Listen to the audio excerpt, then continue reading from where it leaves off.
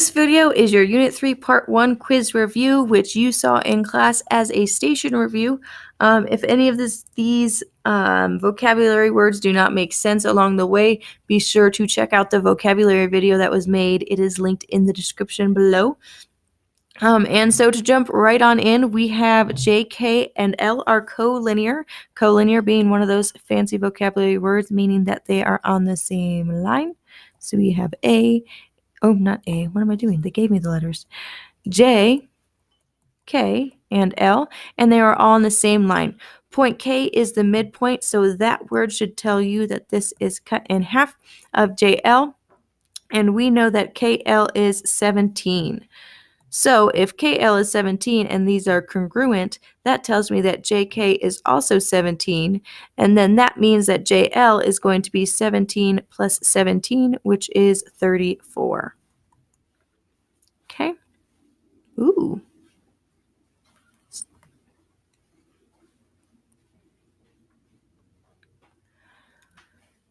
So now we have HC bisects NE at F. And when you notice these little line segments up here, that just means that it's two lines that bisect. So draw two lines. Bisects means that it is cut in half. So I'm going to draw little tick marks. And that is NE, which gets bisects at HE at F. So that means F is in the middle.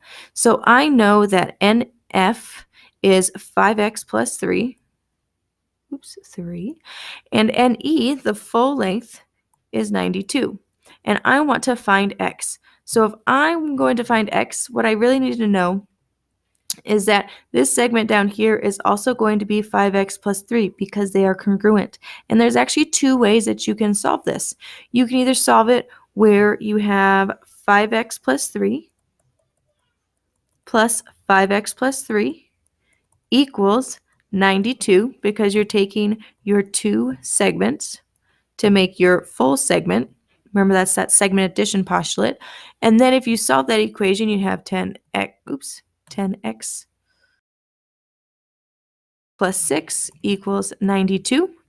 And then when you subtract the 6, you get 10x equals 86.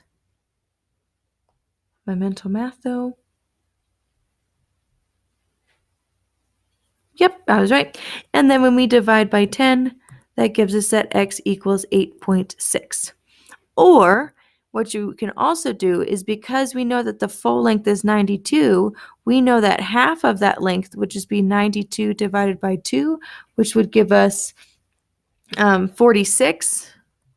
And then we could set it up as 5x plus 3 equals 46 and go through and solve the equation, and you will still get that x equals 8.6. Okay? So then for number 3, we have that BC intersects ND at J, and since it just intersects, that does not mean that we can assume that it is cut in the middle. So we have BC and D at J. And we know that NJ, so this segment, is 4x plus 7. And we know that JD is 2x minus 3. And if we know that full length ND is represented by 130, we want to find x.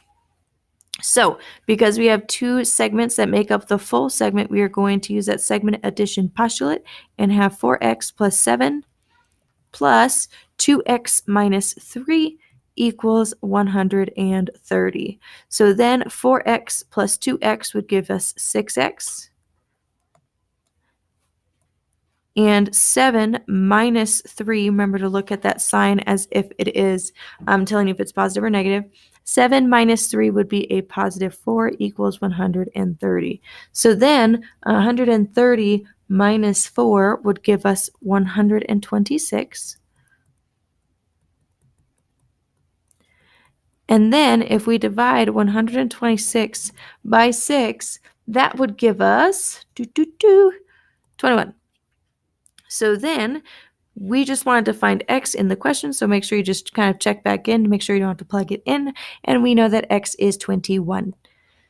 So now for number 4, we have that P, Q, and R are collinear. Remember, collinear means on the same line. And we know that Q is between P and R. If PQ is x minus 7 and QR is 3x minus 6, and PR, the full length, is negative 5x plus 5, and we want to find PR. So we really want the full length of this.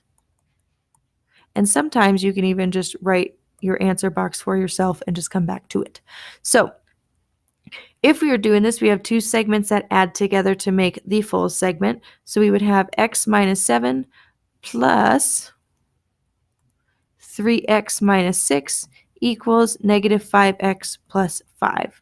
So then we would have x plus 3x is 4x. Negative 7 minus 6 is negative 13. And then negative 5x plus 5 does not change.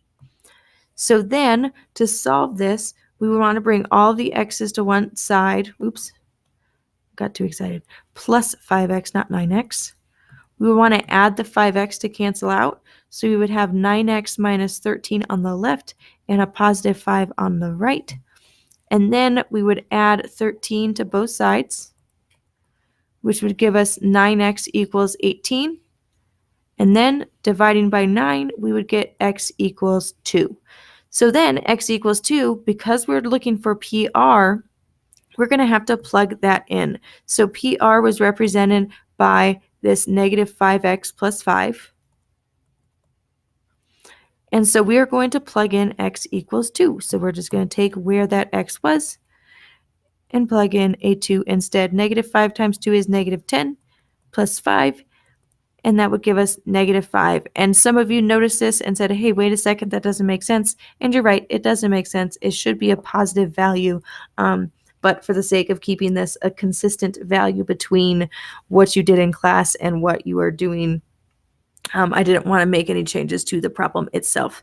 But if you caught it, awesome, good job, good observation skills. So for number 5, we have T is in the interior of angle PQR. So whenever I have these, if I have an angle name, I'm going to go ahead and draw the angle PQR. And we know T is in the interior, so T is somewhere in here, and it just connects to that vertex like so. So then we want to find the measure of angle PQR. And we are given some relationships. So the big angle PQR is 10x minus 7. Angle RQT is 7x. And angle PQT is 2x plus 3 degrees. So because I have my two small angles to my big angle, my angle addition postulate says I can add them. So I would have 7x plus 2x plus 3. Oops, the color didn't change like it was supposed to. Equals 10x minus 7. It doesn't like to change colors quickly. So then we would need to solve. So we would combine like terms. 2x plus 7x would give us 9x plus 3 on the left equals 10x minus 7. So then we would subtract 9x on both sides, which would give us 3 equals x minus 7. And then we would add 7 to both sides and get x equals 10. So then, looking back at what we actually want, the angle of PQR, we need to plug in that 10. So that would mean 10 times 10 minus 7. Because we take this value and plug it in right here. So then that would mean this would be 100 minus 7, which is 93 degrees. Okay. For number 6, we have another point inside of an angle. So we have W, X, and Y, and we have Z on the interior. Oops. So we want to find the measure of angle WXY if we know some of these relationships between these angles. So we know WXY, remember it goes from W to X to Y, the big angle, is going to be 3x plus 11 degrees. And then we also know that WXZ is going to be, so W to X to Z is 6x degrees. And YXZ, Y to X to Z, is going to be 2x plus 1 degrees. So because we have our two small angles that add up to the big angle, we're going to have 6x plus 2x plus 1 equals 3x plus 11. So then we would want to combine our like terms. 6x plus 2x gives us 8x. And then we would want to subtract the 3x so that we can get it all to one side, which would give us 5x plus 1 equals 11. And then we would want to subtract the 1 to get it away from the x. So 5x equals 10. Oops. And then we would divide by 5 so that x equals 2, like that. So then when we're checking back, we need angle WXY, so we need to plug into the big angle. So that would mean 3 times the 2. Oops, completely missed that one. Times 2 plus 11, because it is the big angle again. So that would give us 6 plus 11, which is only 17 degrees. And we'll do some blue because there's a lot of black writing right now. There we go.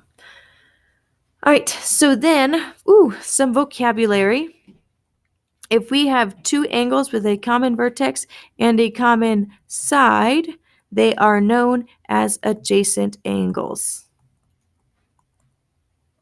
And you can use the angles symbol. And they have no common interior points. We have blank angles are two angles whose measures have a sum of 90. That's your big hint word. This would be complementary angles.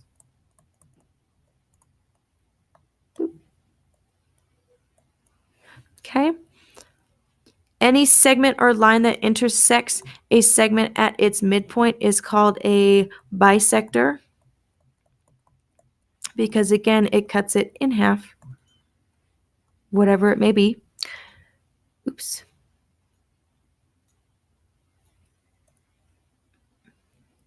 Vertical angles are two non-adjacent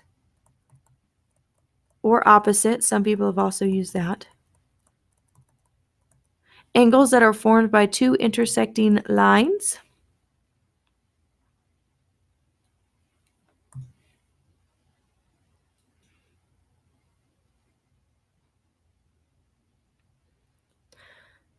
For number 11, we need to find the measures of complementary angles whose values are measure of angle 1, 9x minus 19, and 6x minus 17. So complementary is the big piece, and I know that my angles are going to add together to be 90 degrees because they are complementary. So I'm just going to plug that right in. So I would have 9x minus 19 plus 6x minus 17 equals 90. 9x plus 6x is 15x. And then 19, or negative 19, minus 17 would give us negative 36. So then we would want to add the 36. And 90 plus 36, would give us 126. And 126 divided by 15 would give us 8.4. So then if it is 8.4, we're just going to plug that in. Measure of angle 1 is going to be 9x plus 19. So 9 times 8.4 minus 19. 9 times 8.4 minus 19 would give us 56.6 degrees. And make sure you are matching up the angle measure with the correct one, or the correct expression to plug into. And then for angle 2, we would have 6 times 8.4 minus 17, and 6 times 8.4 minus 17 is 33.4 degrees. And then the reason why I like to plug into both of them, first off, is because then once you write your final answer, you can just do a quick addition. 33.4 plus 56.6 equals 90. So they are actually complementary. So ideally, you did do this all correctly. Well, you did if they equal 90. But for number 12, we have the measures of supplementary angles this time, whose values are 3x minus 17 and 5x minus 13. So to draw a picture, we would want to have a supplementary angle, and it doesn't matter which one is bigger or smaller than the other, but we would have 3x minus 17 and 5x minus 13. Oopsie. So then we are going to set up this problem, and since it is supplementary, we know it's 180. So we have 3x minus 17 plus 5x minus 13 equals 180.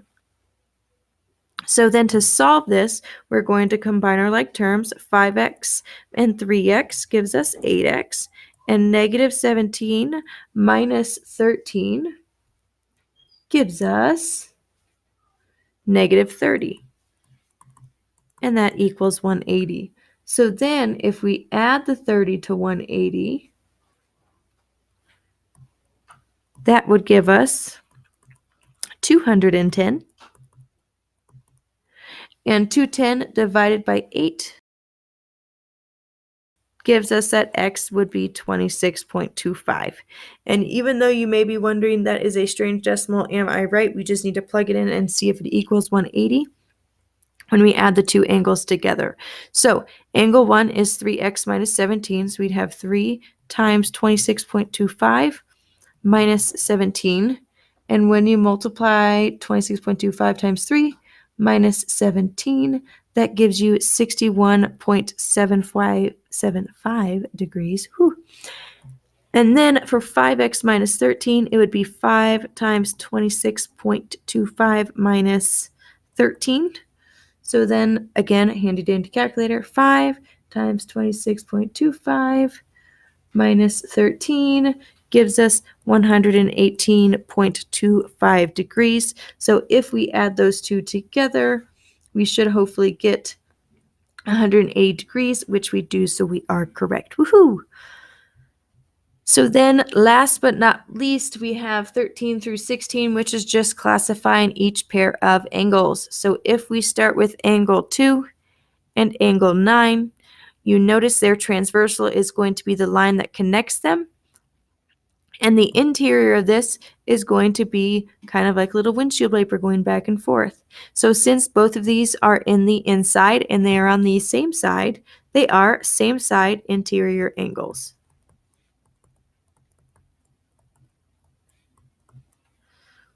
So then, for 7 and 12, we would have angle 7 and angle 12. Now my transversal and interior has changed because my transversal is this line right here, and my interior is going to be, again, like windshield wiper from the bottom to the top, just all the way in between those two lines. So if you notice with angle 7 and 12, angle 7 is above the line, and so is 12. And it's also to the right of the transversal. So because of that, they are in the same spot, so they are corresponding angles. So then angles 9 and 5, we would have angle, let's see, 9 or 5, and where'd 9 run off to? Oh, there it's up here. So angle 9. So with these ones, my transversal is going to be this line right here, and my interior is between the two lines that intersect with the transversal, so it's going to be right in here. Notice 9 and 5 are outside of that interior portion I just colored in, so that means they are exterior angles, but they're also on the opposite side of the transversal, so that makes them alternate exterior angles.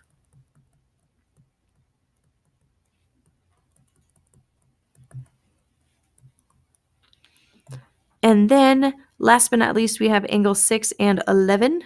So we have 11 and 6. Now with these ones, my transversal is going to be this line right here.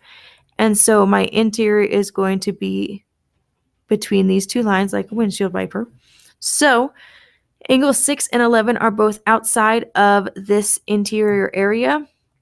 And on top of that, they are on opposite sides of the transversal, which means they are, again, alternate exterior angles. Now, that is all that you definitely need to know for your quiz. You need to be able to apply all of the information. You also need to make sure you know all the vocabulary. Again, that was linked in a video below. Make sure you like the video if it was helpful, and also don't forget to subscribe to the channel so that you can get notifications anytime a new video is posted. But hopefully this helps you. Let me know if you have questions, comment below.